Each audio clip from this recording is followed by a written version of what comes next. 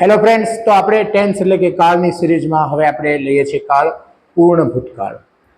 પૂર્ણ ભૂતકાળ એટલે પાસ્ટ પરફેક્ટ ટેન્સ.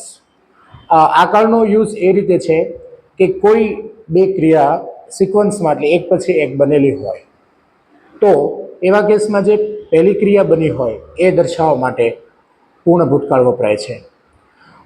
ખાસ કરીને આ કાળમાં જે છે વી થ્રી એટલે કે ક્રિયાપદનું ભૂતકાળનું રૂપ વપરાતું હોય છે અને આઈ વી યુ દે બધા જે આપણે કર્તાઓ છે એની સાથે હેડ વપરાતો હોય છે. ઉદાહરણ દ્વારા સમજીએ કે તેના મિત્રએ મને મદદ કરી એ પછી હું ત્યાં ગયો હતો. તો તેના મિત્રએ મદદ કરી એ પહેલા બનેલી ક્રિયા છે અને પછી જે બનેલી ક્રિયા જે છે હું ત્યાં ગયો હતો.